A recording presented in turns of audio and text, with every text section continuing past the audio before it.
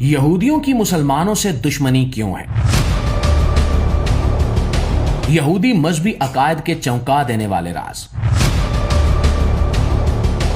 नाज़रीन, आज की वीडियो में हम एक और हसास मौजू पर बात करेंगे कि यहूदी मुसलमानों से नफरत क्यों करते हैं और इनकी मुसलमानों से दुश्मनी क्या है, इनके मजहबी अकायद क्या हैं, इनका मसीहा कौन है और वो कब आएगा, और क्या मौजूदा हालात क़यामत के करीब होने की निशानियां हैं। तो प्यारे साथियों, इन सवालों को समझने के लिए हमें जज्बात से हटकर दीन की असल तालीमात और इस्लामी रिवायात को देखना होगा। सबसे पहले ये बात ज़हन में रखें कि इस्लाम किसी भी कौम या मजहब के हर फर्द को दुश्मन नहीं कहता।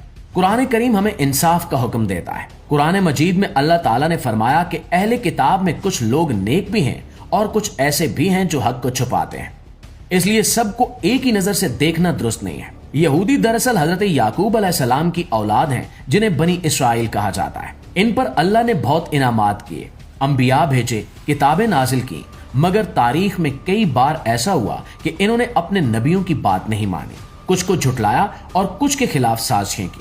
कुरान हकीम में इन वाकयात का जिक्र मौजूद है। दरअसल यहूदी खुद को खुदा की महबूब कौम करार देते हैं और कहते हैं कि इनके अकीदे के अलावा किसी दूसरे अकीदे के फर्द को जिंदा रहने का हक हासिल नहीं है। वो चाहते हैं कि पूरी दुनिया पर यहूदियों की हुकूमत कायम हो जाए और पूरी दुनिया के इंसान यहूदियत कबूल करके इसके पैरोकार बन जाए। यही वजह है कि इन्हें मुसलमानों समेत दीगर मज़ाहिब के मानने वालों से शदीद नफरत है। और प्यारे दोस्तों, अब बात करते हैं इनके मजहबी अकायद की। यहूदी मजहब की मुकद्दस किताब तौरात है। वो एक आने वाले निजात दहिंदा का अकीदा रखते हैं जिसे वो मसीह कहते हैं। इनके मुताबिक वो मसीहा आएगा, बनी इसराइल को ताकत देगा और दुनिया में इनकी हुकूमत कायम करेगा। मगर इस्लाम के मुताबिक हजरत ईसा अलैहिस्सलाम ही असल मसीह है, जिन्हें यहूदियों ने कबूल नहीं किया। वो समझते हैं कि असल मसीह अभी नहीं आया, इसलिए वो आज भी इसके मुंतज़िर है। इस्लामी रिवायात में एक और शख्सियत का जिक्र मिलता है जिसे दज्जाल कहा जाता है।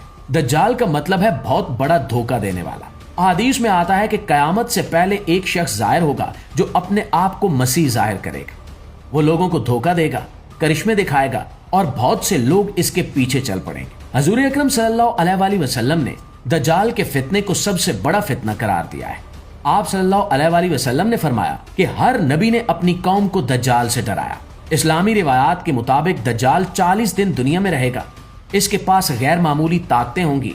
वो बारिश बरसा सकेगा, जमीन से पैदावार निकाल सकेगा, मगर ये सब अल्लाह की आजमाइश होगी। हदीस में ये भी आता है कि दज्जाल के खरूज के वक्त दुनिया में बेचैनी, जंगे, फितना और फसाद होगा। लोग दीन से दूर हो चुके होंगे, झूठ आम होगा और जुल्म बढ़ जाएगा। ऐसे हालात में बहुत से लोग दज्जाल को सच्चा समझ लेंगे, लेकिन आखिरकार हजरत ईसा अलैहिस्सलाम आसमान से नाजिल होंगे और दज्जाल को कत्ल करेंगे। इसके बाद एक ऐसा दौर आएगा जब जमीन पर अमन ही अमन होगा। नाज़रीन, अब सवाल ये है कि क्या आज के हालात क़यामत के करीब होने की निशानियां हैं? तो इस्लामी तालीमात के मुताबिक क़यामत की कुछ छोटी और कुछ बड़ी निशानियां हैं। छोटी निशानियों में इल्म का कम होना, जहालत का बढ़ जाना, बेहयाई का आम होना और कत्लो गारत गरी का बढ़ जाना शामिल है।